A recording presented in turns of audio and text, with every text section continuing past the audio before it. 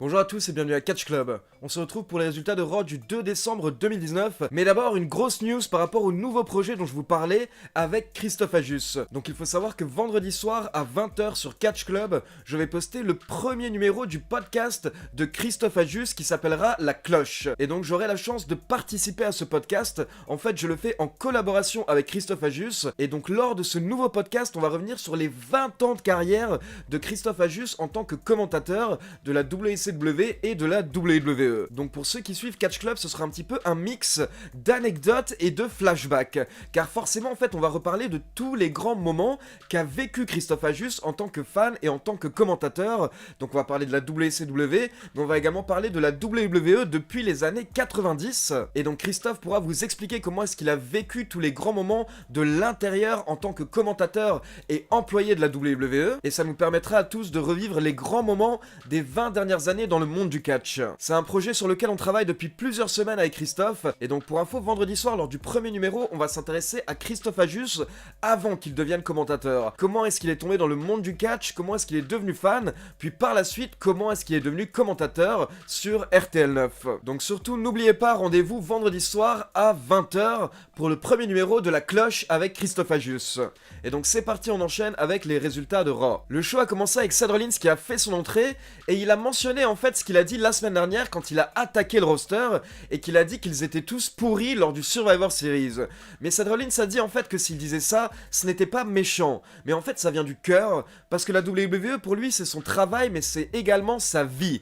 Et il pense que le roster peut faire beaucoup mieux que ça, et donc c'est à Seth Rollins en tant que leader de motiver les troupes. Mais Seth Rollins dit que lors de ces derniers jours il s'est rendu compte qu'il est allé peut-être un petit peu trop loin, donc il souhaite s'excuser. Il souhaite s'excuser auprès des fans, il souhaite s'excuser auprès des autres catcheurs, et il souhaite s'excuser auprès de Kevin Owens. Donc justement il invite Kevin Owens à le rejoindre. Et donc Kevin Owens fait son entrée, et dès qu'il arrive il dit qu'il sent quelque chose de bizarre. Puis il mentionne le fait que Seth Rollins a dit que le roster de Raw est une famille, et donc il demande à Rollins si par hasard les deux membres de sa famille dont il est le plus proche ne seraient pas les AOP. Mais Seth Rollins jure qu'il n'a rien à voir avec l'attaque des AOP la semaine dernière. Owens répond qu'il sait très bien que Seth Rollins ment car ses lèvres sont en train de bouger. Donc en gros Seth Rollins ment à chaque fois qu'il parle, et Owens dit que Seth Rollins raconte de la merde. À ce moment-là, les deux catcheurs ont été interrompus par l'arrivée des AOP, Ekam et Rezar. Et donc Ekam et Rezar ont lancé un défi à Owens et Rollins, ils leur ont proposé un match 2 contre 2 ce soir. Seth Rollins était prêt à accepter, mais Kevin Owens a refusé, car il a dit qu'il savait très bien ce qui allait se passer. S'il accepte le match, au final Seth Rollins va le trahir, et donc ils vont se retrouver 3 contre 1. Et là Seth Rollins était saoulé en fait, donc il a dit écoute, chacun s'occupe de son cas. Et donc Rollins est reparti en coulisses et il est justement passé devant les AOP qui l'ont laissé passer tranquillement. Mais à ce moment-là, Kevin Owens était toujours dans le ring et il voulait se battre. Donc il a provoqué les AOP, il leur a dit de venir dans le ring, mais les AOP ont commencé à rigoler et ils sont également retournés en coulisses. Mais Kevin Owens voulait toujours se battre, donc il a demandé à quelqu'un de venir pour l'affronter. Et à ce moment-là, on a eu le droit à l'entrée de Lana. Et donc Lana a commencé à parler, mais Kevin Owens n'en pouvait plus. Donc il lui a dit écoute, on s'en fout de ce que tu racontes, toutes les semaines tu viens nous saouler avec ce que tu dis. Mais Lana a continué de parler et donc elle a précisé que si Rusev intervient ce soir, il sera à nouveau arrêté car il n'a pas le droit d'approcher Lana. Puis elle nous présente Bobby Lashley qui accepte le challenge de Kevin Owens. Donc le premier match de la soirée c'était Kevin Owens contre Bobby Lashley accompagné par Lana, et au bout de quelques minutes les AOP ont fait leur retour et ils ont attaqué violemment Kevin Owens.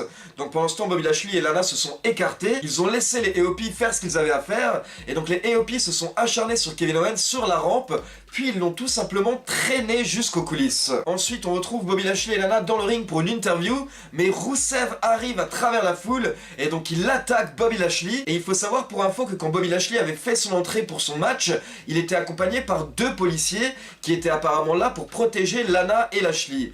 Mais au final quand Rusev est venu pour attaquer Lashley, les policiers ne sont pas intervenus. Donc Rusev a mis quelques coups à Lashley puis il est reparti par la foule, et donc quelques instants plus tard Bobby Lashley est sorti du ring et il a commencé à s'énerver contre les policiers parce que les policiers ne sont pas intervenus. Et en essayant de partir, il en a même poussé un, ce qui fait que les policiers ont commencé à s'énerver, et à ce moment-là, ils ont arrêté Bobby Lashley. Donc ils l'ont menotté, et ils allaient l'emmener au commissariat de police, mais Lana s'est également énervée, et à ce moment-là, elle a giflé un des policiers, et du coup Lana a également été menottée, et Lana et Lashley ont tous les deux été arrêtés hier soir lors de Raw. Ensuite, le second match de la soirée, c'était Drew McIntyre contre Akira Tozawa. Comme vous pouvez l'imaginer, c'était un match assez rapide, et c'est Drew McIntyre qui a remporté le match avec son Claymore Kick.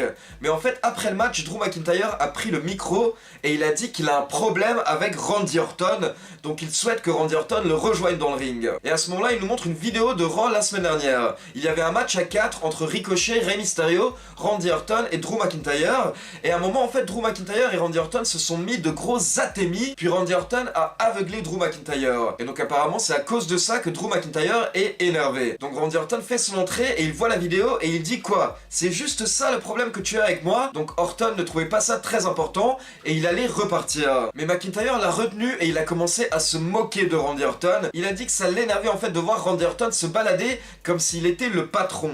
Et il dit que Randy Orton est le passé et c'est Drew McIntyre qui est le futur. Mais Randy Orton explique qu'il fait ce qu'il veut à la WWE parce qu'il l'a mérité. Alors que Drew McIntyre n'a absolument rien mérité selon lui. Mais Randy Orton dit qu'il n'a pas de problème avec Drew McIntyre, mais si Drew McIntyre souhaite se battre, alors ils peuvent le faire ici tout de suite à Raw. Et donc les deux lutteurs sont face à face, mais à ce moment-là, ils sont interrompus par The OC, AJ Styles, Gallows et Anderson. Et en fait, The OC sont également énervés contre Randy Orton, car selon eux, c'est à cause de Orton que AJ Styles a perdu son titre des États-Unis.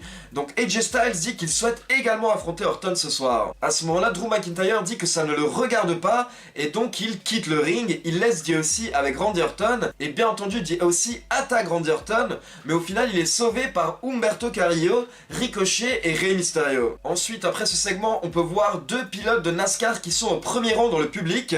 Il s'agit de Kyle Busch et Michael Waltrip. Puis on retrouve Randy Orton en coulisses avec Rey Mysterio, Humberto Carrillo et Ricochet. Randy Orton les remercie d'être intervenu, mais il dit qu'honnêtement, il n'avait pas besoin de leur aide. Le troisième match de la soirée, c'était Aleister Black contre Tony Nese, et on a eu le droit à une victoire très rapide de Aleister Black en 4 minutes avec son Black Mass. Et donc pendant le match, on pouvait voir Buddy Murphy en coulisses qui regardait le match sur un moniteur, et Charlie Caruso vient l'interviewer. Elle lui demande s'il regrette d'avoir toqué à la porte de Aleister Black. Mais Buddy Murphy dit qu'il ne regrette pas et qu'il va calmer Aleister Black. Puis le quatrième match de la soirée, c'était Andrade avec Zelina Vega contre Eric Young. Eric Young qui est un petit peu un fantôme depuis qu'il est dans le main roster, et donc bien entendu il a perdu face à Andrade qui a remporté le match avec son Hammerlock DDT. Et il faut savoir qu'à la fin du match, on a vu R-Truth qui a débarqué près du ring, et donc il allait voir les deux pilotes de NASCAR qui étaient au premier rang, mais en fait l'un des deux pilotes avait un t-shirt d'arbitre et le deuxième a couvert R-Truth pour devenir nouveau champion 24/7. Ensuite on retrouve Seth Rollins en coulisses avec ses valises, et donc apparemment il est en train de quitter l'arène, donc Charlie Caruso va juste lui poser quelques questions. Caruso dit que Seth Rollins a précisé que le roster de Raw était une famille, donc elle demande à ce moment-là pourquoi est-ce que Rollins n'est pas intervenu pour aider Kevin Owens plus tôt quand il s'est fait attaquer par les AOP. Rollins dit qu'il a proposé son aide à Kevin Owens à la base, mais Kevin Owens a refusé. Puis Charlie Caruso dit à Seth Rollins que les gens se demandent s'il est vraiment sincère avec ses excuses. Et donc Seth Rollins répond que tout le monde le critique, mais au final personne n'a le courage d'être un leader. Ensuite, avant le prochain match, on peut voir Eric Rowan en coulisses qui parle à ce qui se trouve dans sa cage. Et donc il parle à cette chose comme si c'était un bébé, et il lui dit que tout va bien se passer, tout va bien aller. Puis justement, on a le droit à l'entrée de Eric Rowan pour un match face à No Way Jose. Et les gens qui étaient dans la conga line de No Way Jose ont essayé d'aller regarder ce qu'il y avait dans la cage.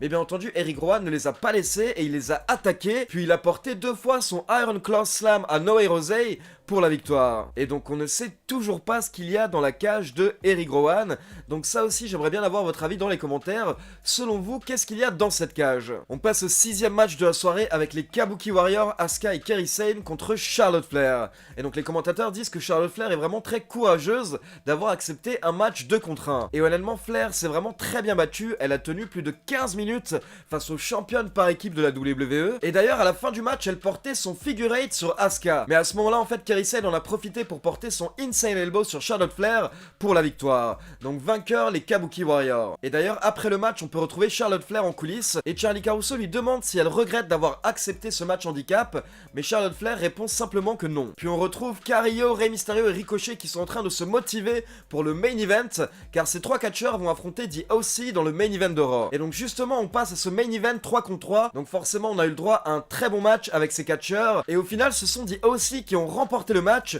grâce à un Styles Clash de la 3ème corde de AJ Styles sur Ricochet. Donc forcément après le match, AJ Styles est en train de fêter jusqu'à ce que Randy Orton sorte de nulle part pour lui porter son fameux RKO. Donc honnêtement pour le moment je suis pas totalement emballé par le heel turn de Seth Rollins. La WWE il va assez progressivement et pour le moment on doute toujours de son alliance avec les AOP. Mais par contre ça me fait plaisir de voir Randy Orton qui est bien utilisé à Raw et qui a l'air d'être sur deux rivalités potentielles. D'un côté avec Drew McIntyre et d'un autre côté avec AJ Styles. À côté de ça c'est assez frais de voir Rey Mysterio, Ricochet et Humberto Carrillo. Donc selon moi en ce moment, on sent vraiment une phase de transition à Raw avec des nouvelles storylines qui sont en train de se mettre en place et des nouveaux catcheurs qui sont utilisés à de nouveaux rôles. Par exemple Humberto Carrillo qui est de plus en plus mis en avant, Rey Mysterio d'un coup qui se retrouve champion des États-Unis et Seth Rollins en heel face à Kevin Owens qui est enfin de nouveau de retour dans le main event. Donc je dirais que Raw est en phase de construction actuellement,